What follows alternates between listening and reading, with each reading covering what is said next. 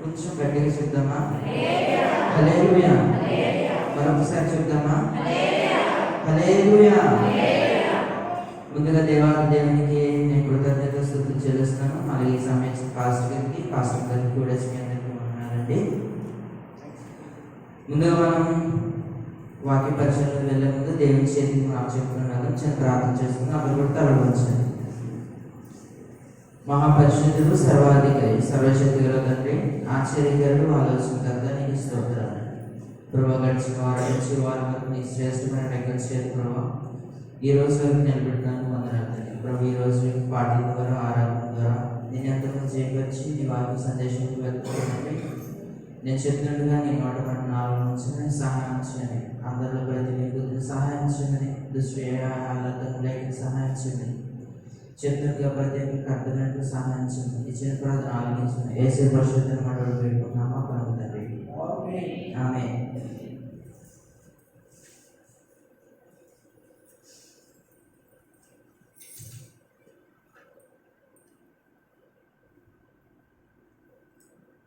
దేవుడు మనందరినీ ఎంతగానో కృప చేత తన మొన్నటి వారి నుంచి వారి వరకు దేవుడు శ్రేష్టమైన రెక్కల మీద మమ్మల్ని ఈ రోజు నిలబెట్టినందుకు ఆయనకి స్తోత్రం చెప్తామా?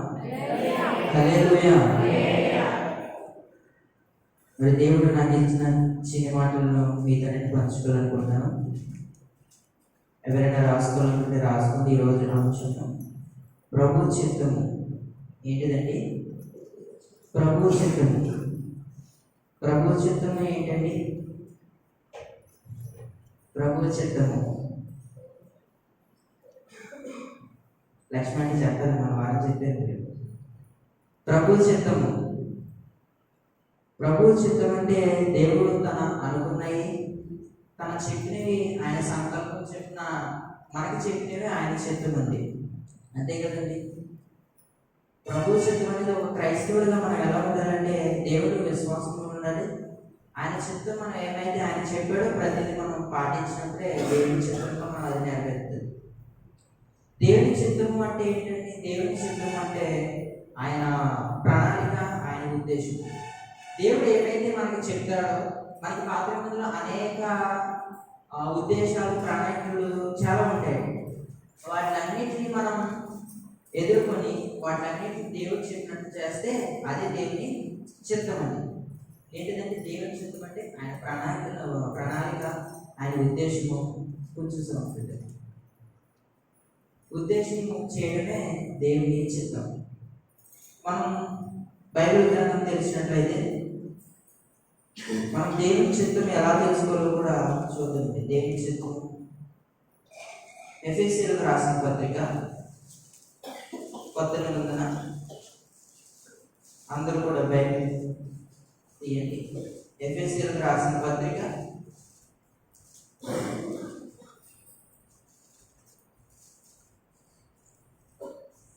1వ అధ్యాయం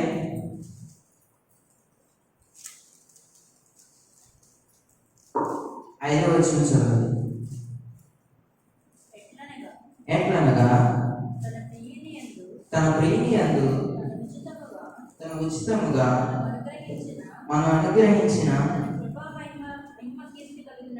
తన కృపా మహిమ కీర్తి కలిగినట్లు తన చిత్త ప్రకారమైన దయా సంకల్పము చొప్పున యేసుక్రీస్తు ద్వారా తనకు కుమారులుగా స్వీకరించుటకై మనల్ని ముందుగా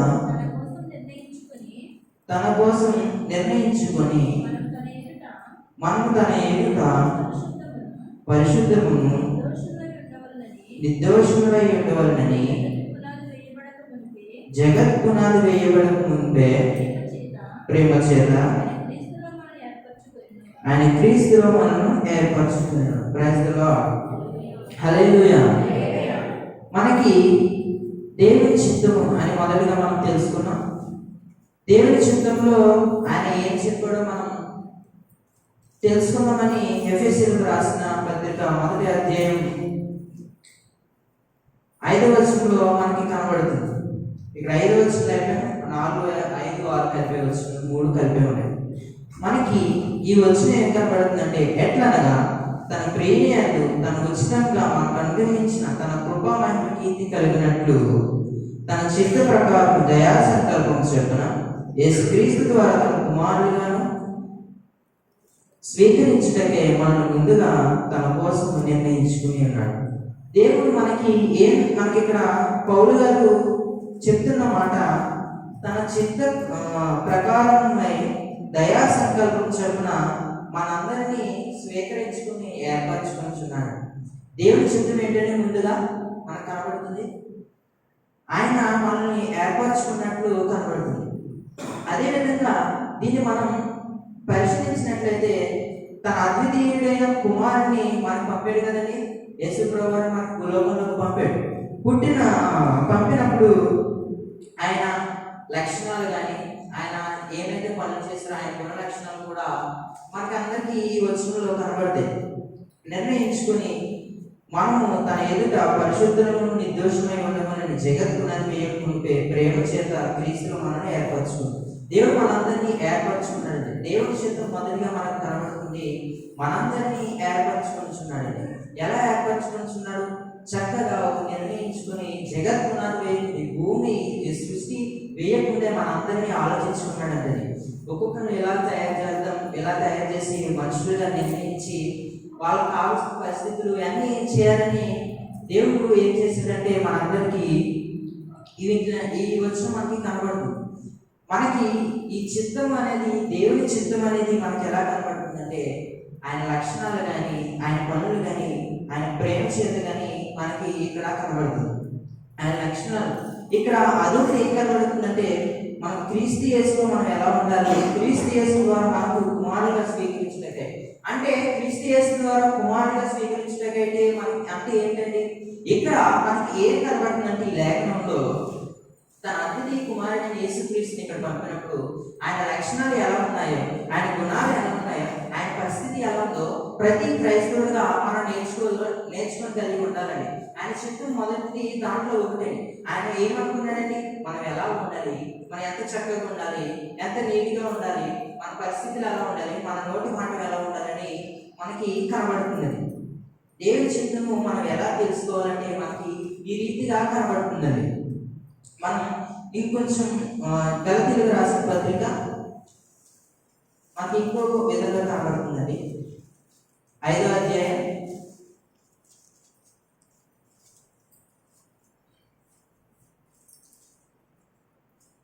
22వ వచనం చదవండి.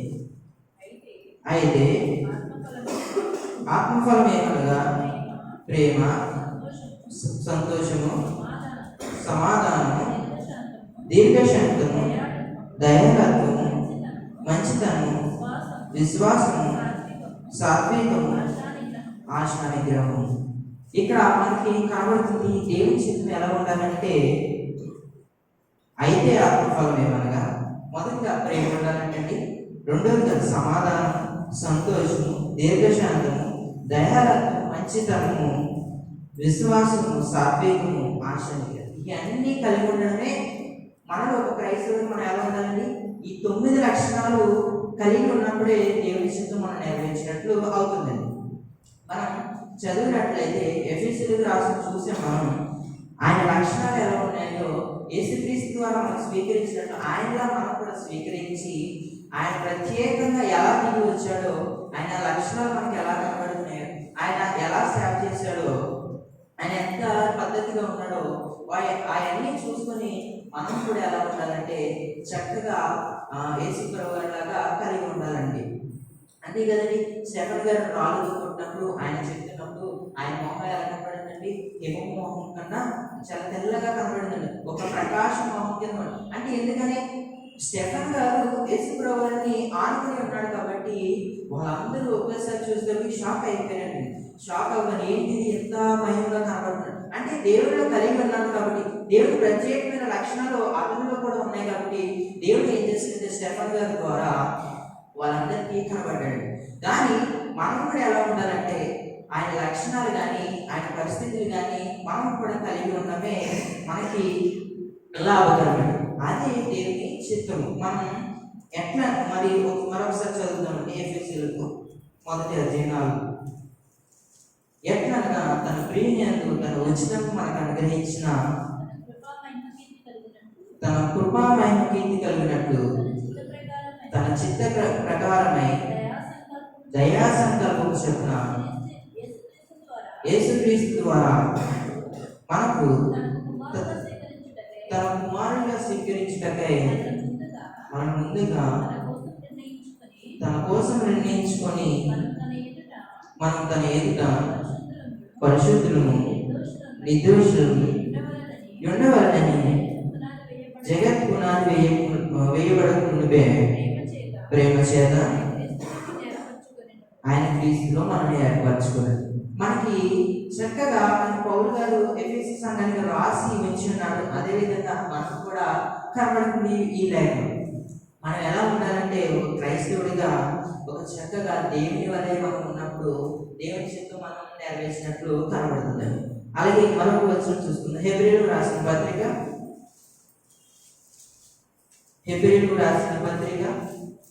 1వ అధ్యాయం పేజ్ నెంబర్ 200. హెబ్రీయులకు రాసిన పత్రిక 1వ అధ్యాయం 9వ వచనం చదువు. నీవు నీతిని ప్రేమించితివి, దుర్నీతిని ద్వేషించితివి, అందుచేత దేవుడు నీ దేవుడు నీ తోటి వారి కంటే నిన్ను హెచ్చించినట్లుగా అనంత తైలంతో అభిషేకించింది. ఇక్కడ మనకి చక్కని మాట కనబడుతుందండి. మొదటిగా మనం చూస్తున్నాము ఆయన చిత్త ప్రకారం మనం ఎలా ఉండాలంటే ఆయన లక్షణాలు చూసి మనం కూడా ఎలా ఉండాలంటే ఆయన వల్లే మనం ఉండాలండి. ఆయన అప్పుడే మనం దేవుని చిత్తాన్ని మనం పాటించినట్టు అవుతుంది. మనం రెండోదిగా చూసుకున్నప్పుడు హెబ్రీయులకు రాసిన పత్రికలో 1వ అధ్యాయం 9వ వచనం, ఈ నీతిని ప్రేమించింది విని దుర్నీతిని ద్వేషించు. ఇక్కడ నీతిని ప్రేమించింది దుర్నీతిని ద్వేషించు అంటే ఏంటండి? ఇక్కడ మనకి కనబడుతుంది నీతి అనేది మంచి అనే అర్థం కింద వస్తుంది. మనం ఎప్పుడైతే మంచిని ప్రేమిస్తామో అప్పుడు దుర్నీతిని మనం ఎప్పుడైతే దూషిస్తాము. అంతే కదా, మనం ఏదైనా మంచిగా చేయాలనుకున్నప్పుడు చేస్తాం. ఒకరికి తప్పులుగా చేయాలని అనుకుంటామండి, చేయగలం. ఏదైనా పని చేసినప్పుడు మనం చేయాలనుకుంటే చేస్తాం, మంచిగా చేస్తాం. ఎదుటి వాళ్ళకి అవసరమైతే మనం ఏమైనా పని చేసినప్పుడు మన ధనం తీసుకోకుండానే మనం పని చేస్తాం, కానీ కావాలని తీసుకొని చేస్తామండి. అలా కాదు, మనం నీతిని ప్రేమించింది కనుక దుర్నీతిని ద్వేషించింది. అందుచేత దేవుడు ఈ తోడి వారి కంటే నిన్ను హెచ్చించినట్టు ఆయన ఏం చేస్తున్నాడంటే మనం ఎప్పుడైతే ప్రేమిస్తామో, మంచిగా ఉంటామో, నీతిగా జీవిస్తామో మనకి మనల్ని ఎలా చేస్తాడంటే మనకు తెలిసిన వాళ్ళకంటే మన నీ తోడి వారి కంటే నేను హెచ్చించినట్లు ఆయన హెచ్చిస్తాడన్నట్లు మనకి కనబడుతుంది. మనం ఎప్పుడైతే నీతిని ప్రేమిస్తామో, దుర్నీతిని ద్వేషిస్తామో మనం ఎలా ఉంటామంటే దేవుడు మనందరినీ ఆనంద తైలం అభిషేకంతో నింపినట్లు మనకి కనబడుతుందండి. ఇక్కడ మనం రెండోదిగా చూసుకున్నట్టు ప్రభు చిత్తం అనే దాన్ని మనం ఎలా ఉండాలంటే దేవుని చిత్తం ఎలా ఉండాలంటే ప్రేమించండి. యేసు ప్రభువు అనేక ఈ కొత్త నిబంధనలో ఎన్నో సూచక్రియలు చేశాడు, ఎన్నో అద్భుతాలు చేశాడు. కానీ చేసిన వాటిలో ఏదో మనకి తప్పు కనబడేది, తప్పు కనబడదు. ఆయన ప్రతిదీ ప్రేమించాడు, శాంతంగా ఉన్నాడు, చక్కగా ఆయన చేయాల్సిన పనులన్నీ చేసుకుంటూ వచ్చేస్తూ ఉన్నాడు ఆయన. కానీ ఆయన ఎప్పుడు దుర్నీతిని ద్వేషించాడు, కానీ ప్రేమను ద్వేషించాడండి. ఆయన ప్రేమను ద్వేషించాడు, ప్రేమ ఇంకా దగ్గరికి ఆకర్షించుకున్నాడండి ఆయన. ఇక్కడ మనకి కనబడుతుంది మనం కూడా ఎలా ఉండాలంటే మనం నీతిని ప్రేమించాలి, నీతిని మంచి అనే దాన్ని మనం చూడాలి, కానీ చెడు అనే దాన్ని మన దగ్గరికి తీసుకురాకూడదు. ఎప్పుడైతే చెడు దగ్గరికి తీసుకొస్తామో అప్పుడు మనం ఎలా ఉంటామండి, దేవుడు మనందరిని చూసి అప్పుడు ప్రభు చిత్తం అనే దాన్ని మనం స్వీకరించినట్లు అవునండి. అందుకే కీర్తన గ్రంథం మొదటి కీర్తన మొదటి వచనంలో దుష్టులు ఆలోచించుకున్నాడుగా బాబులు మాత్రం నెలకు అపహాసులు కూర్చున్న చోటు కూర్చుండగా యెహోవా ధర్మశాస్త్రం ముందు ఆనందించాలండి. ఎప్పుడైతే యెహోవా ధర్మశాస్త్రం ముందు ఆనందిస్తామో అప్పుడు ఆటోమేటిక్ గా మనం దుష్టులను నచ్చినట్టు కూర్చోము. వాళ్ళు ఎవరైతే ఏం చేస్తారో తప్పులు చేస్తే వాళ్ళతో ఉండము. అదే కదండి మనకి మొదటి కీర్తనలో కనబడుతుంది, దుష్టులు ఆలోచించుకున్నాడుగా. వాళ్ళు ఏమి అనేకమైన ఆలోచించారండి, చెడుగా ఆలోచించారు, అనేకమైన ఒకరు కొట్టు అంటారు, ఒకరు తిట్టు అంటారు, అలా అనేకంగా చెప్తారు. అప్పుడు మనం ఆ దుర్నీతి అనే దాన్ని మనం ప్రేమించినట్లయితే మనం ఏమైపోతామండి, వాళ్ళతోనే మనం కలిసిపోయి దేవుడు వెళ్తుంది. అందుకే ఆయన ఏమంటే యెహోవా ధర్మశాస్త్రం ముందు ఆనందించు, దివారాత్రం ధ్యానించువాడే ధన్యుడు. ఆయన ఎప్పుడైతే మనం దివారాత్రం ఎప్పుడైతే మన బైబిల్ గ్రంథాన్ని మనం చదువుతామో అప్పుడు ఆయన అంటే ఏంటో తెలుస్తుంది, ఆయన మనం ఎలా ఉండాలో కూడా మనకి కనబడుతుంది. ఇక్కడ చక్కని మాటలు పౌలు గారు రాసి ఇచ్చున్నారు. మనం ఎప్పుడైతే నీతిని ప్రేమిస్తామో, మంచిని అనే దాన్ని మనం హత్తుకుంటామో ఆటోమేటిక్గా మనం చెడు అనే దాన్ని మనం దూరం పెడతామండి. అంతే ఎందుకండి, నన్నే బోల్డ్ మంది నా కాలేజీలో నన్ను తిడుతూ ఉంటారు, నాకు అనేకంగా కొన్ని తప్పుడు సలహాలు ఇస్తుంటారు, కానీ ఎప్పుడు నేను వాటికి ఊపడతాను, కానీ వాటికి ఎప్పుడు నేను చేయడానికి సిద్ధం అన్నాను. ఎందుకంటే దుష్టులు అనేకంగా ఆలోచనలు ఇస్తారు, అనేకంగా ఎన్నో ఆలోచన చెప్తారు. ఆయన గుడ్డ అంటారు, ఈయన తిట్టు అంటారు, ఆయన తన్ను అంటారు, కానీ నేను ఎప్పుడు చేయనండి. అలా చేయను కాబట్టి మేడం నన్ను కూర్చోబెట్టరు. నా మీద మా ఫ్రెండ్స్ అండి వాళ్ళందరూ చేసేస్తారండి. నేను క్లాసు సైలెంట్గా ఉంటాను, సైలెంట్గా అంటే మాట్లాడతాను, సరదాగా ఉంటాను, కానీ నేను సైలెంట్గా ఉంటానని మేడం అందరికీ తెలుసు. కానీ వీళ్ళు ఏం చేస్తారంటే నన్ను ఎక్కించడానికి అజోరు క్లాస్ నేను ఎప్పుడైతే ఫస్ట్ మొదలెడతానో లాస్ట్ పీరియడ్ అజోరు అంటారండి. దగ్గర 8 పీరియడ్ జరిగి 8 పీరియడ్ దగ్గర 100 సార్లు అని అంటారు నా పేరు. ప్రతిరోజు అంటారు ఏదో ప్రశ్న, కానీ ఎవరైతే నా పేరు చెప్పారో వాళ్ళ మొత్తం కష్టం బయటపోతారు ప్రతిరోజు అండి. ఎందుకంటే వాళ్ళు నన్ను ఇరికించినట్టు చూస్తారు, కానీ నేను వాళ్ళతో కలవచ్చదండి. వాళ్ళు ఇరికించినప్పుడు అవును మేడం నేను అన్నాను, నేను కాము ఉంటాను. కాము అంటే ఇలా అలాగే ఊపినప్పుడు మేడం అర్థమైపోతుంది. ఎందుకంటే నేను వాళ్ళు ఉండదు కదండి. ఎందుకంటే అనేకంగా ఆలోచిస్తారు. నన్ను అయితే ఒకరు ఏమన్నారంటే ఎదురు పెంచుకుని అని ఎలా పోయిరా అని ఎలా దొరుకుతాను అన్నాడు. నేను అన్నాను నువ్వు చేసుకుని నేను చేయను. నువ్వేంట్రా బాబు ఏం రా ఏమి ఎలా కూర్చుంటాను, కానీ నేను ఆయన పట్టించుకున్నాను. ఎందుకంటే దుష్టులు ఏమైతే స్నేహితులు ఏం చేస్తారంటే అనేకంగా వృధా ఆలోచన చేస్తూ ఉంటారు, కానీ మనం దానికి సలహా ఇచ్చుకుంటూ దాన్ని సలహా ఇచ్చారని దాన్ని చేస్తూ ఉన్నామంటే అది మన దుర్నీతిని ప్రేమించినట్లు అవుతుందండి. మనం ఎప్పుడైతే దుర్నీతిని ద్వేషిస్తామో అప్పుడు మనం ఎలా ఉండాలంటే నీతిని ప్రేమించినట్లు మనం అవుతాము. అందుకే మనకి ఏప్రిల్ రాసిన పత్రిక మొదటి అధ్యాయం 9వ వచనంలో మనకి చక్కని మాటలు కనబడుతున్నాయండి. ఎప్పుడైతే మనం ద్వేషించేవారిగా ఉన్నామో, దుర్నీతిని ద్వేషించేవారిగా ఉన్నామో నీతి అనే దాన్ని మనం ప్రేమిస్తూ ఉంటామండి. అంతే కదండి, మనం ఎప్పుడైతే ప్రేమించినప్పుడు ఇది ఎందుకు చెప్పానంటే ఈ వచనంలో కూడా దేవుడు నీతిని ప్రేమించాడు కానీ దుర్నీతిని ద్వేషించాడండి. ఆయన ద్వేషించాడు. ఎందుకంటే ఆదాము అవ్వగారు పండు తిన్నప్పుడు తినండి అని అన్నాడంటే ఆయన వెంటనే దాన్ని కోపగించి దాన్ని ద్వేషించి అక్కడ పాము ఏమైందో దాన్ని స్వేపించి వీళ్ళందరినీ దాన్ని ద్వేషించాడండి. ఆయన ద్వేషించాడు కాబట్టి మనకి ఈ లేఖలో కనబడుతుంది. ఆయన మంచి అనే దాన్ని ఆయన మనకి కనబడుతుంది, మంచి అనే దాన్ని చేసినట్లే మనకు కనబడుతుంది. అందుకే మనం కూడా ఎలా ఉండాలంటే మంచి అనే దాన్ని మనం ప్రేమించినట్టు మనం ఏమైతే చేస్తామో అప్పుడు మనకు ఎలా ఉంటామంటే దేవుని చిత్తంగా ఉన్నట్లు మనకి కనబడుతుంది. మరొక వచనం చదువుకుందామండి. మొదటి దశలోనికి రాసిన పత్రిక మొదటి దశలోనికి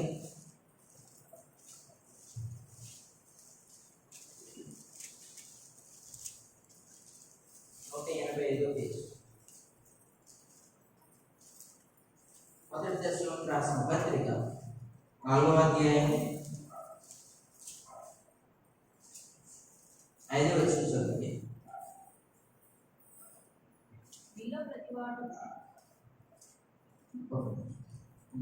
మీలో ప్రతివాడు దేవుని ఎరిగని అన్ని జనుల వలె కామాభిషలందు ఏంటిదండి కామాభిలాషయందు కాక పరిశుద్ధత యందు ఘనత యందు తమ తమ ఘటములను ఎట్లు కాపాడుకుని వలనో అది ఎరిగినట్టే దేవుని చిత్తము. మనకి ఈ దశలోనికలో మొదటి పత్రిక 4వ అధ్యాయం 5వ వచనం మనకి కనబడుతుంది. ఏమని కనబడుతుందంటే, మీలో ప్రతి వాడు దేవుని ఎరిగి అన్ని జనుల వలె కామాభిలాషయందు కాక పరిశుద్ధత యందు. ఇక్కడ దేవుని మనందరూ ఎరిగి ఉన్నామండి. దేవుని ఎరిగి ఉన్నాం. దేవుని ఎరిగిన కాబట్టి ఆయన పాటలు పాడతాం, ప్రార్థన చేస్తాం, అనేక మందికి చెప్తాం. మనం దేవుడు అంటే ఎవరు? మీరు చాలా మంది మనం అడుగుతారు, మీరు ఏమంటామని అడుగుతారు. మనం అందరూ ఏమంటారు? క్రైస్తవం, మేము క్రైస్తవులు అడుగుతాం, మేము వేసుకున్నాం.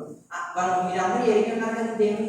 అదే విధంగా ఏమంటారంటే ఇక్కడ పౌలు గారు చెప్తున్నమాట, మీలో ప్రతి వారు ఏం చేస్తారంటే దేవుని ఎరిగి ఉన్నారు, అన్ని జనుల వలె కామాభిలాషయందు కాక పరిశుద్ధత యందు ఘనత యందు తన ఘటమును ఎట్లు కాపాడుకును అది ఎరిగినట్టే దేవుని చిత్తము.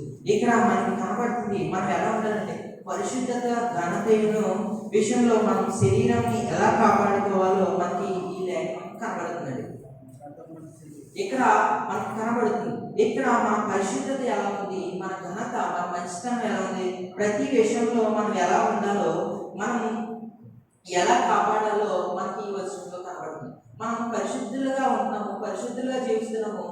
ఎక్కడ వచ్చినప్పుడే పరిశుద్ధులుగా, ఎక్కడ ఉన్నప్పుడే పరిశుద్ధులుగా, ప్రార్థన చేసినప్పుడే పరిశుద్ధులుగా, వాక్యం చదివినప్పుడే పరిశుద్ధులుగా కాదండి. మనం ఎప్పుడు అన్నిల మధ్యలో ఉన్నా, ఎక్కడున్నా మనం పరిశుద్ధుల వల్ల కనబడాలండి. అందుకే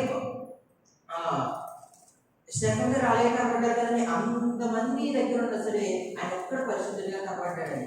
ఎంత పరిశుద్ధులుగా కనబడ్డాడు. ఇక్కడ పౌలు గారు అనేక కార్యం జరిగిస్తూ ఉన్నాడు, అనేక సూచక్రియలు జరిగిస్తున్నాడు.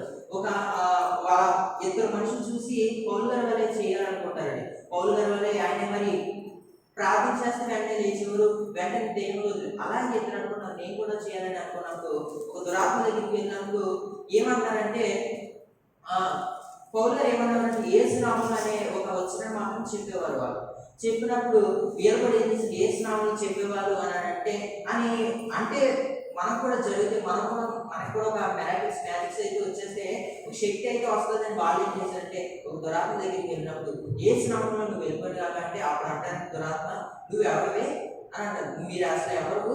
నాకు పౌలు గారు తెలుసు, యేసు తెలుసు, నువ్వెవరు అని అడుగుతారు.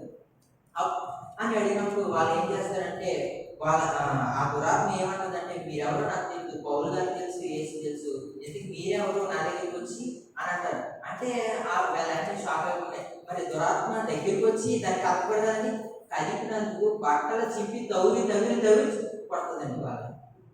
అలాగే మనం ఎలా ఉండాలంటే పరిశుద్ధులుగా జీవించినప్పుడు, పరిశుద్ధులుగా ఉన్నప్పుడు అలా ఇక్కడ ఘటము అంటే శరీరం. మన శరీరం ఎలా కాపాడుకోవాలో దేవుని చిత్తం.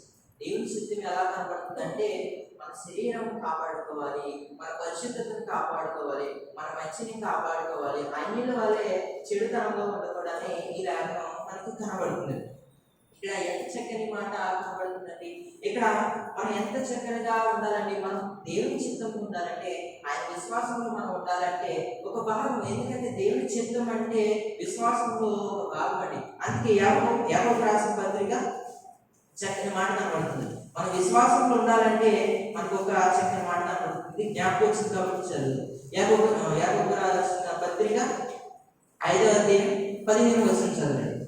విశ్వాసరహితమైన ప్రార్థన ఆ రోగిని స్వస్థపరచును, ప్రభు అతని లేపును, అతను పాపం చేసిన వాడైతే పాప క్షమాపణ పొందును. ఇక్కడ మనకి కనబడుతున్న అందరూ చూశారు కదా, యాకోబు గారు రాసిన పత్రిక 5వ అధ్యాయం 15వ వచనం. విశ్వాసరహితమైన ప్రార్థన మనం ఎలా ఉండాలంటే దేవుని చిత్తం ఎలా ఉంటుందండి. దేవుడు అనుకున్నాడంటే అది ఖచ్చితంగా జరిగిస్తాడు. దేవుడు చాలా మంది సాక్ష్యాలు చెప్తారు, దేవుని చిత్తం అనుకోండి, నేను అక్కడికి వెళ్ళాను కానీ జరగలేదు, ఒక తర్వాత ఏమో జరుగుతుందని అనేక సాక్ష్యాలు చెప్తారు. దేవుని చిత్తం ఉందంటే ఒకవేళ అక్కడికి వెళ్తే మాకు ఏదో అయిపోతుంది, మేము వెళ్ళకండి ఇంకేంటి కడతాం అనుకుంటాం. అదే విధంగా మనకు ఎలా ఉందంటే దేవుని చిత్తము, దేవుని చిత్తం ఏంటంటే మరొకటి ఆయనలో విశ్వాసం ఉండడే ఒకటండి. ఎప్పుడైతే మనం విశ్వాసరహితమైన ప్రార్థన చేస్తామో ఆ రోగిని స్వస్థపరచు. ఇక్కడ మనం ఎప్పుడైతే మన విశ్వాసం ఉంటామో మన ఇంట్లో వాళ్ళకి కానీ మన ఇబ్బందులు కానీ మన పరిస్థితులు ఎవరైతే మన రక్త సంబంధులు కానీ మన సంఘంలో ఎవరైతే ఉన్నారో మీ స్నేహితులు కానీ ఎవరైతే మీకు తెలిసిన వాళ్ళు ఉన్నారో వాళ్ళు ఏం చేస్తారంటే మీ ప్రార్థన ఎలా ఉండాలంటే విశ్వాసహితం. సహితం అంటే ఇక్కడ ఏకత్వంగా ఇక్కడ విశ్వాసహితం అనే ప్రార్థన మనకి కనబడాలండి. అప్పుడు ఉన్నప్పుడే దేవుడు ఏం చేస్తాడండి, ఎవరు లేపుతాడండి, అతను లేపును. అతడు పాపం చేసిన వాడైతే పాప క్షమాపణ ఉంది. ఇక్కడ చక్కని మాట కనబడుతుందండి.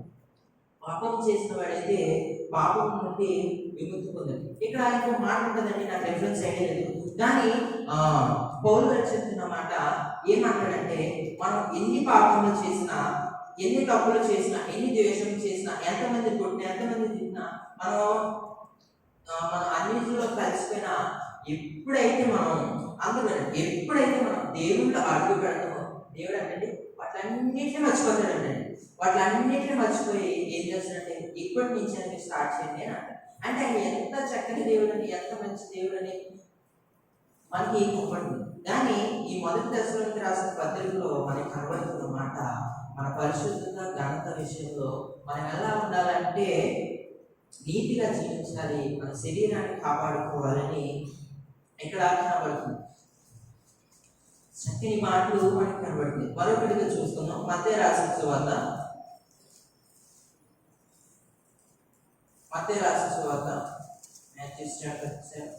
7వ అధ్యాయం, మత్తయి రాసిన సువార్త 7వ అధ్యాయం మనకి ఇక్కడ 21వ వచనంలో చక్కని మాట కనబడుతుందండి. ప్రభువా ప్రభువా అని నన్ను పిలిచిన ప్రతి వాడును పరలోక రాజ్యం ప్రవేశింపడు గాని పరలోకమందున్న నా తండ్రి చిత్త ప్రకారం చేయవాడే ప్రవేశించు. ఇక్కడ దేవుని చిత్తం మరొకటి మనకి కనబడుతుంది.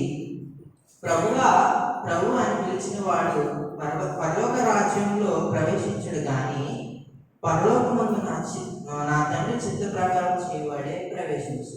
ఇక్కడ పరలోకమందు నా తండ్రి చిత్తం ఏంటంటే, ఇక్కడ దేవుడు మనకి ఒక ఆజ్ఞని ఇచ్చి ఉన్నాడు. ఒక ఆజ్ఞను మనం చేయాలని ఆయన చెప్తున్నాడు.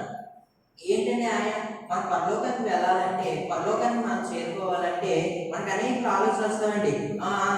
ఎలా అంటే ఆలోచనలు, రేపన్న రోజు మనం చనిపోతే దేవుని దగ్గరికి వెళ్తామంటాం, దేవుని దగ్గరికి కాదండి పరలోక రాజ్యం వెళ్తామంటాం అనే ఆలోచన వస్తాయి కదండి. కానీ ఇక్కడ ఎలా ఉండాలంటే ప్రభు అని పిలిచిన వాడే ఎలా ఉండాలి, దేవుని చిత్త ప్రకారం అప్పుడు పరలోక రాజ్యానికి వెళ్తారని ఈ లేఖనం మనకి కనబడుతుంది. ఇక్కడ ప్రభు అని పిలవడం ఏంటంటే, మనం ఎప్పుడైతే దేవుడిలో విశ్వాసం ఉంచుతామో, దేవుని ప్రార్థన చేస్తామో, అందుకే యాకోబు గారు ఏం చెప్తారండి, విశ్వాసహీనమైన ప్రార్థన ఉండాలి. ఎప్పుడైతే నీ ప్రార్థన విశ్వాసంగా ఉందో, ఎప్పుడైతే నీ ప్రార్థన విశ్వాసంలో ఉంటున్నావో నువ్వు, అప్పుడు దేవుడు ఏం చేస్తాడంటే చక్కగా నీకు జవాబు ఇస్తాడు. అదేవిధంగా ఈ మత్తయి గారు చెప్తున్న మాట ఏంటంటే 20వ వచనంలో, నన్ను పిలిచిన వాడు ప్రభువా అని నన్ను పిలిచిన వాడు ఎప్పుడైతే పిలుస్తాడో అప్పుడు నా తండ్రి చిత్త ప్రకారం చేసిన వాడే ఖచ్చితంగా పరలోక రాజ్యం చేరబడతాడు. అదే కదా కనబడుతుంది, ప్రభువా అని నన్ను పిలిచిన వాడు పరలోక రాజ్యంలో ప్రవేశింపడు కానీ పరలోకమందు నా తండ్రి చిత్త ప్రకారం చేయవాడు. ఇక్కడ మనకి కనబడుతున్న మాట ఎలా ఉందంటే, మనం ఎంత పిలిచేసినా, ఎంత చేసినా మనకి కనబడుతున్న మాట, ఎంత పిలిచినా, దేవాదేవాన్ని పిలిచినా, ఎంతలా మనం దేవుని మొత్తుకున్నా దేవుడు పలకడు. కానీ మరొక విషయం ఏంటంటే, నా తండ్రి చిత్త ప్రకారం చేసిన వాడే దేవుని చిత్తం అని మనకి ఈ లేఖంలో కనబడుతుంది. మనం దేవుని సన్నిధికి రావాలి, అదొక చిత్తమని, దేవుని పరిచయం చేయాలి, అదొక చిత్తమని. దేవుని చిత్తంలో అనేకలు ఉన్నాయండి. ఆయన చిత్తంలో మనం తెలుసుకున్నాం కదండి. మనం మొదటిగా తెలుసుకున్నాం, తన అద్భుత కుమారుడిగా మనం ఉన్నప్పుడు ఆయన ప్రత్యేకమైన లక్షణాలు ఎలా ఉన్నాయో మనం తెలుసుకున్నాం. తర్వాత హెబ్రీయులు నీతిని ప్రేమించి దుర్నీతిని ద్వేషించాలి అన్నట్లు మనం అన్ని కదా దేవుని చిత్తంలో మనం ఎలా ఉండాలంటే, ఆయన చిత్తాన్ని మనకి నేర్పిస్తూ ఉన్నాడండి. దేవుని చిత్తం కాబట్టి ఏంటి కదండి, ఐగుప్తు దేశం నుండి కానాడు దేశం వరకు తీసుకెళ్ళాడు. కానాడు దేశం వరకు తీసుకెళ్ళి ఎన్నో శ్రమలు వచ్చిన, అడ్డంకాలు వచ్చిన, దేవుడు మాత్రం తన చిత్త ప్రకారం ఎందుకంటే తన పితరులకి అబ్రాహాము కూడా వాగ్దానం ఇచ్చాడు, నీ సంతానాన్ని అభివృద్ధి చేసి నేను ఎంతనో విస్తారంగా చేస్తానన్న దేవుడు. అందుకని దేవుడు ఏం చేశాడంటే దేవుని చిత్త ప్రకారము ఐగుప్తు దేశం కానాను దేశానికి తీసుకెళ్ళాడు కదండి. అనేకంగా దేవుని చిత్తము మరొకటి ఏంటంటే దావీదుని మందిరం కట్టాలనుకుంటే దేవుడు ఏమంటాడు, నువ్వు కాదు నీ కుమారుడైన సొలొమోనుతో కట్టిస్తానని. ఇది కూడా దేవుని చిత్తం, కట్టించాడు.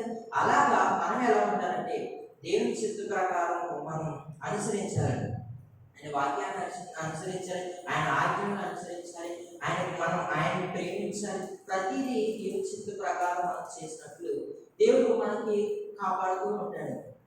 ఆయన పరిచయం చేయాలి, ఆయన ఆజ్ఞలను చదవాలి. మనం ఎక్కువగా బైబిల్ చదువుతున్నప్పుడు ప్రతిదీ మనకి ఆజ్ఞలో తెలుస్తూ ఉంటుంది, ప్రతిదీ మనకి బయటపడుతూ ఉంటుంది. కొత్తగా చదువుకోండి అనేక విషయాలు మనకు బయటపడుతూ ఉంటాయి. అప్పుడే దేవుని చిత్తం అంటే ఏంటో మనకి కనబడుతుంది. అనేకంగా ఇక్కడ చాలా నేను ఇంకా చెప్పాలి, కానీ మనకి ఇక్కడ కనబడుతున్నాయి. దేవుని చిత్త ప్రకారం మనం ఉన్నప్పుడే దేవుడు మనందరినీ ఆశీర్వదించినట్టు కనబడుతుంది. మనకి ఎక్కువ వచనంలో ఉంటుంది గలతీయులకు రాసిన పత్రిక 5వ అధ్యాయం 20వ వచనంలో ఒక మాట ఉంటుంది, దేవుని చిత్త ప్రకారం.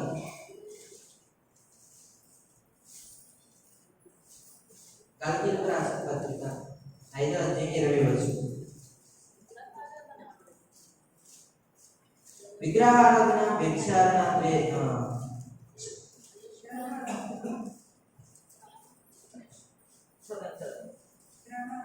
విగ్రహారాధన, వ్యభిచారము, ద్వేషములను, కలమును, మత్సరము, క్రోధములు, కక్షలు, భేదములు, విమతములు, అసూయలు, మంత్రులను, అల్లరితో కూడిన పాటలను మొదలైనవి వీటిని గురించి దేవుడు చెప్పిన ప్రకారం వాటిని చేయవారు దేవుని రాజ్యము స్వతంత్రించుకుని.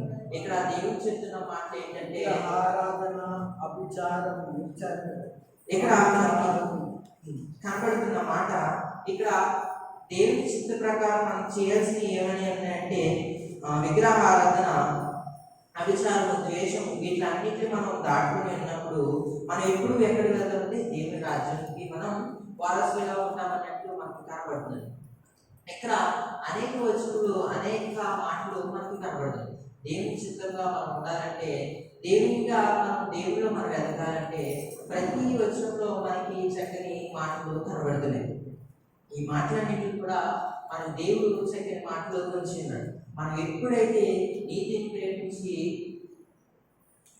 దుర్నీతిని ద్వేషిస్తామో అప్పుడే దేవుడు మనందరినీ ఖండించినట్టు కనబడుతుంది. ఎప్పుడైతే మనం ద్వేషాన్ని ప్రేమించినట్లయితే అప్పుడు దేవుడు మనందరినీ ఖండించాడు. అది దేవుని చిత్తము కాదండి. అందుకే మనం ఎలా ఉండాలంటే దేవుని చిత్త ప్రకారం ఆయన అనుసరించాలి, ఆయన ఆజ్ఞలు చేయాలి. మనం ఏమైతే ఆయన చెప్పి ఉన్నాడో ప్రతిదీ మనం బయటకు వెళ్ళినప్పుడే దేవుడు మనందరికీ ప్రతిదీ బయలుపరుస్తూ ఉన్నాడు. అందుకే ఈ మాటలన్నీ మీతో పంచుకొని ఉన్నాను. ఈ చిన్న మాటలు దేవుడు దీవించుకున్నాడు. ఆమేన్.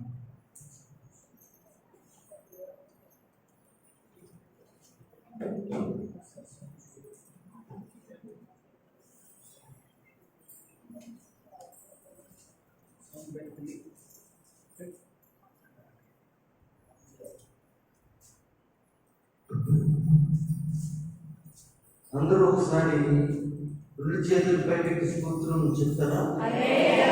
హల్లెలూయా. దేవుని చిత్తం గురించి చక్కటి విషయాలు విన్నారు కదా, అర్థం చేసుకున్నారు అనుకుంటున్నాను. దేవుని చిత్తం అంటే నీతిని ప్రేమించి దుర్నీతిని ద్వేషించడమే దేవుని యొక్క చిత్తం.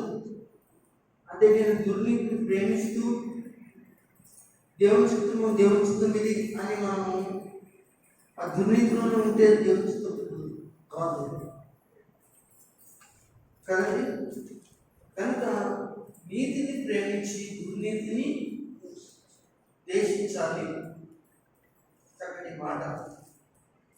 అలాగే దేవుని చిత్తాన్ని చేయాలంటే విశ్వాస సహితమైన ప్రార్థన కూడా కావాలి. మామూలు ప్రార్థన కాదు, విశ్వాస సహితమైన దేవుని చిత్తం. ఒకసారి యేసుప్రభు ఉన్న కాలంలో, మీరు వినండి ఒకసారి ఆయన, యేసుప్రభు ఉన్న కాలంలో యేసుప్రభు వారు ఏం చేస్తారంటే కొండ మీదకి వెళ్తారు. అప్పుడు కొండలు ఉన్నాయి యెరూషలేములో. యెరూషలేములో కొండల మీదకి వెళ్తే అప్పుడు పేతురు, యోహాను, యాకోబు పైకి యేసుప్రభు కూడా వెళ్తారు. వెళ్ళినప్పుడు పరలోకం నుంచి, అదే ఆకాశం నుంచి, ప్రదేశం నుంచి ఏలియా, మోషేలు వస్తారు. ఇవన్నీ కూడా ఎక్కడంటే వాక్యాలన్నీ కూడా మత్తయి సువార్త, మార్కు సువార్త వాటిలో రాయబడుతుంది. మీరేం సర్వకరు తీయగలదు ఏమండి? దేవుని చిత్తం అంటే ఏంటి చెప్తున్నాను.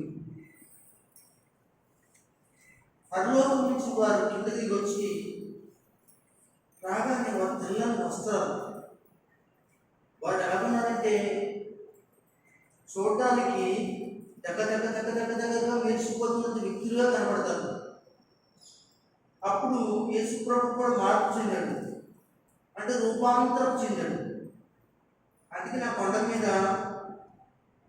రూపాంతరం చెందాడు కనుక కొండ పేరు ఏం పేరంటే రూపాంతరపు కొండ అన్నారు.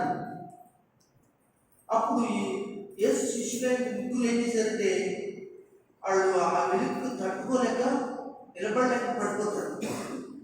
అప్పుడు యేసు ప్రభువును మోషే, ఏలియాలు ఏయో మాట్లాడుకుంటారు. నిర్గమముల గురించి మాట్లాడుతున్నారని ఉందని. సరే ఏంటి ఆ నిర్గమము అంటే చెప్తాను, టైం కాదు. ఏంటి ఆ నిర్గమం అనేది టైం కాదు కనుక అయితే వీళ్ళు ఒక మాట అంటారు, మాట్లాడేసి వెళ్ళిపోతారు. వెళ్ళిపోయిన తర్వాత ఆ శిష్యులు గోడలో పడుతూ ఉంటారు. యేసుప్రభు లేకపోతే వాళ్ళు ఏం చూస్తుంటే ఏలియా, మోషేలు ఉండరు. అప్పుడు వీళ్ళలో ఒకడు మాట్లాడతాడు. వీళ్ళలో ఒకడు మాట్లాడుతుంటే మీకు అర్థమైపోతుంది, పేతురు గారు అయి ఉంటారు. కంగారుగా మాట్లాడేవాడు. పేతురు గారు, యోహాను గారు, యాకోబు గారు ముగ్గురు మాట్లాడారు. అంటారు వీళ్ళు అంటే ఒక మాట వేసినప్పుడు, ప్రభా మనం ఇక్కడ ఉండిపోదామా? నాకు చూడండి, ప్రభా ఈ కొండ మీద మనం ఉండిపోదామా అంటే అది ఎలా కనపడిందంటే ఒక చిన్న పరలోకం లాగా కనపడింది. అక్కడ మహిమ, అది ఎవరితో దిగిరావడం, అదే మన ఎవరు మోషే, ఏలియా దిగిరావడం, ఆ మహిమ యేసుప్రభు కూడా మహిమ పొందడం, ఇదంతా చూసి ప్రభు ఇక్కడ ఉండిపోదాం మనం, నీకు ఒక పర్ణశాల, ఇలాంటి మోషేకు ఒక పర్ణశాల, ఏలియాకు ఒక పర్ణశాల, మూడు పర్ణశాల వేస్తాం, ఇక్కడ ఉండిపోదామా అని అడిగితే ప్రభు అంటారు, కుదరదు, నేను అందుకు రాలేదు. అంటే దీనిలో ఏంటి అర్థము అంటే అది దేవుని చిత్తం కాదు. ఏ దేవుని చిత్తం కాదు? మోషే, ఏలియా, నేను, మీరు కొండ మీద ఉండిపోతే కొండ కింద నుండి ప్రజలు పాపముతోనూ, శాపముతోనూ, దుర్నీతితోనూ, అన్యాయంతోనూ, అక్రమంతోనూ, అవినీతితోనూ, భయంకరమైన శాపంతో ఉన్నారు. కనుక వాళ్ళు అలా ఉంచేసి నేను ఇంటికొచ్చిన మర్చిపోయి ఇక్కడ మనం పర్ణశాల ఇల్లు కట్టుకుని ఇక్కడ గృహాలు వేసుకుని పర్ణశాల కట్టుకుని మనం ఉండటం అది దేవుని చిత్తము కాదు అని మాట అక్కడ అర్థమిస్తున్నది మాట. అక్కడ మనం ఇక్కడ ఉండటము కుదరదు అంటాడు. దేవుని స్తోత్రం, హల్లెలూయా. సరే, ఇలా చాలా వస్తువులు చూపించాడు, చక్కగా మాట చెప్పాడు. అయితే ఇంకొక మాట అంటే 20 ఎంత మత్తయి సువార్త 21వ వచనం ఎంతండి? 7వ అధ్యాయం 20వ వచనం 22వ వచనంలో ప్రభువా ప్రభువా అనే మాట తన శిష్యులైన వారు మాట్లాడుతూ కనపడుతుంది. ఆ మాట ఒకసారి ప్రభువా అమ్మా ప్రభువా ఆ, ప్రభువా ఉమ్. అని నన్ను పిలిచి ప్రతివాడును అని నన్ను పిలిచి ప్రతివాడును పరలోక రాజ్యంలో ప్రవేశింపడు గాని పరలోక రాజ్యంలో ప్రవేశింపడు గాని పరలోకమందు నా తండ్రి చిత్త ప్రకారం చేయువాడే పరలోకమున్న తండ్రి చిత్త ప్రకారం చాలు. ఎవరి చిత్త ప్రకారం? కుర్చీలో కూర్చున్నాడు ఒకసారి చూడండి. ఎవరి చిత్త ప్రకారం? మీరు చెప్పండి. ఎవరి చిత్త ప్రకారం? తన చిత్త ప్రకారం ఎలా చేయాలి? తన చిత్త ప్రకారం చేయడానికి ఎలా కుదురుతుంది? అప్పుడే పరలోక రాజ్యంలోకి వెళ్తామంటాం. తండ్రి చిత్తం అంటే ఈ చేతిలో ఉన్నటువంటి బైబిల్ గ్రంథంలో ఆదికాండం నుంచి ప్రకటన గ్రంథం వరకు దేవుడు ఇచ్చే వాక్యం చూసారా, అదే తండ్రి చిత్తము. అంటే అందులో రాయబడిన వాక్యాలే మనం చేయటమే దేవుని యొక్క నిర్ణయము, ప్రభు నిర్ణయం. ప్రభు అంటాడు, నా తండ్రి చిత్తము ఎక్కడుంది? ఈ చేతిలో ఉన్న గ్రంథాల్లో ఉంది కనుక దాన్ని పాటించండి, చేయండి. దాని ప్రకారంగా నేను వచ్చాను, నన్ను అనుసరించండి. అప్పుడు మీరు ఎందులో ప్రవేశిస్తారు? పరలోకంలో ప్రవేశిస్తారు అని చెప్తున్నాడు. దేవుని స్తోత్రం కలుగును గాక. కనుక అంతేకాకుండా మరి కల్తీ రాసిన పత్రికలో చెప్పిన మాట కూడా మీరు గమనించారు లేదో ఏమండి? అవి కూడా ఏంటంటే దేవుని చిత్తం కానివన్నీ కూడా అక్కడ సర్వించాడు బాబు. అక్కడ దేవుని చిత్తం కానివన్నీ కూడా సర్వించాడు. అయితే వాటిని దాటి అన్నాడండి. విన్నారో లేదు? వేటిని దాటి? ఒకసారి చదవండి. మీరు విన్నారో లేదో? వాటిని అన్నింటినీ దాటి విగ్రహారాధన, అభిచారం. వ్యభిచారం కదండి. వ్యభిచారం వేరు, అభిచారం వేరు, జాగ్రత్త లేదు. ద్వేషములు, కలహములు, మత్సరములు, క్రోధములు, కక్షలు, భేదములు, హితములు, అసూయలు, మత్తతులు, అల్లరితో కూడిన ఆటపాటలు మొదలైనవి. వీటిని గురించి నేను మునుపు చెప్పిన ప్రకారము వీటినన్నింటినీ చేయువారు దేవుని రాజ్యం స్వతంత్రించుకొనరని ఆది అన్నమాట అండి. అంటే వీటినన్నింటినీ దాటి అన్నాడు. అంటే వీటిని మాని, అప్పుడు అటు మానేసినప్పుడు ఏం చేస్తున్నారు? మీరు దేవుని చిత్తం చేస్తున్నారు అన్నమాట అర్థం. దేవుని సూత్రం. వాటిని దాటి వాటిని చేయకూడదు. అందులో మాట చూసారా? విగ్రహారాధన, తర్వాత అభిచారము. అభిచారము అనే మాట మీకు ఎక్కడైనా కనబడింది అనుకోండి, వ్యభిచారం అనుకోకండి. వ్యభిచారము అనే మాట వేరు, జారత్వము అనే మాట వేరు. జారత్వము అనే మాట ఒక పెళ్లి కానీ ఒక పడుచువాడు, పడుచు అనగా స్త్రీ, వాళ్ళిద్దరికి పెళ్లి కాలేదు కనుక వాళ్ళు చేసే పనులు ఏమన్నారంటే, అంటే శారీరకంగా చేసే వాటిని ఏమన్నారంటే, అనగా ఏమన్నారు? జారత్వము అన్నారు. అంటే వ్యభిచారము అనే మాట పెళ్లి అయిన వాడు అనగా స్త్రీ అయిన పురుషుడైనా వేరొక మరి లౌకికంగా వారి జీవితాన్ని మరి శారీరకంగా జీవిస్తున్నారు అనుకోండి, దాన్ని వ్యభిచారం అన్నారు. మరి ఇక్కడ ఆ రెండు కాకుండా ఇక్కడ ఏమేమి పలికాడు మాట? అభిచారము. ఏం వ్యభిచారం అండి? ఉపచారం. చింతపండు సార్ నేను స్తోత్రం చెప్పండి, అల్లు చెప్పండి, హల్లెలూయా. అయితే ఇక్కడ అభిచారం అంటే మీరు వినాలి. అభిచారము విగ్రహారాధన. చూడండి, ఈ మాట చెప్పాలి నేను. ఈ మాట నేను సాధారణ ఎవరు మరి మాట్లాడుతున్నాను. అభిచారము చదవండి. కాదండి, విగ్రహారాధన, అభిచారము అండర్లైన్ చేసుకోండి. అభిచారం అంటే ఏంటంటే తాంత్రిక విద్యలు కలిగి తాళ్ళు, తంత్రాలు, తావీదులు అనగా కాళ్ళకేమో ఈతాడు, ఎంటుకులు అనగా మెడకెంటుకులు, కాడికెంటుకులు అనగా మొలకెంటుకులు అనగా వేసుకునే వాటిని తాంత్రిక మాంత్రిక విద్యని నేర్చుకుని చేసేవాళ్ళే అభిచారులు అని పౌలు గారు చెప్తున్నాడు. దేవుని స్తోత్రం. అట్లేనండి. దీన్ని ఏమన్నారంటే నల్ల విద్య అని అన్నారండి. ఏ విద్య అండి? నల్ల విద్య అని కూడా చెప్పారండి. అంటే ఈ విద్య దేవుని పిల్లగా అభిచారము అని పౌలు గారు చెప్తున్నాడు.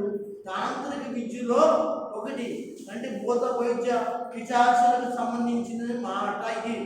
కనుక దయచేసి ఇలాగ మీరు తాళ్ళు తంత్రాలు మంత్రాలు అదని ఇదని అనగా మెడ నుంచి కాళ్ళు వరకు, కాళ్ళ నుంచి మెడ వరకు ధరించిన వాళ్ళు మన సంఘంలో లేరా అంటే ఎంతో మంది ఉన్నారు. వాటిని దాచేసి కప్పేసి వచ్చి వెళ్తున్న వాళ్ళు కూడా ఎంతో మంది ఉన్నారు. కానీ నాకు కప్పొచ్చు, నీ కప్పొచ్చు, పాస్టర్ కప్పొచ్చు, కానీ దేవుడికి మాత్రము కప్పనే కప్పలేదు. జాగ్రత్త, దెబ్బ తింటారు. దేవునికి స్తోత్రం చెప్పండి. హల్లెలూయా. కనుక జాగ్రత్తగా ఉండండి. ఇలాంటి పనులని మానేయండి. కొన్ని వాక్యాలు కనుక మీకు అర్థం కానప్పుడు దేవుని బిడ్డలారా అవి ఏవైతే పరిశుద్ధాత్మ దేవుడు చెప్తాడు. బాబు సమయం లేదు కనుక ఇవన్నీ చెప్పాలనుకుంటాడు, నాకు తెలుసు.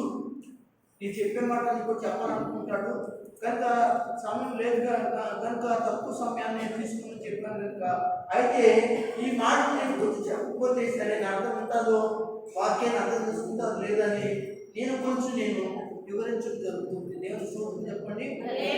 దేవుని చిత్తాన్ని చేయండి. నా తండ్రి చిత్త ప్రకారం అంటే బైబిల్లో ఉన్న ప్రతి వాక్యాన్ని అనగా ఆదికాండం ప్రకటన వరకు దేవుని చిత్తమేనండి. అవన్నీ మీరు చేసి దీవుని పొందండి, ఆశీర్వాదాలు పొందండి. శాపాల నుంచి, తీర్పు నుంచి మీరు బయటికి రావాలనేదే దేవుని చిత్తం.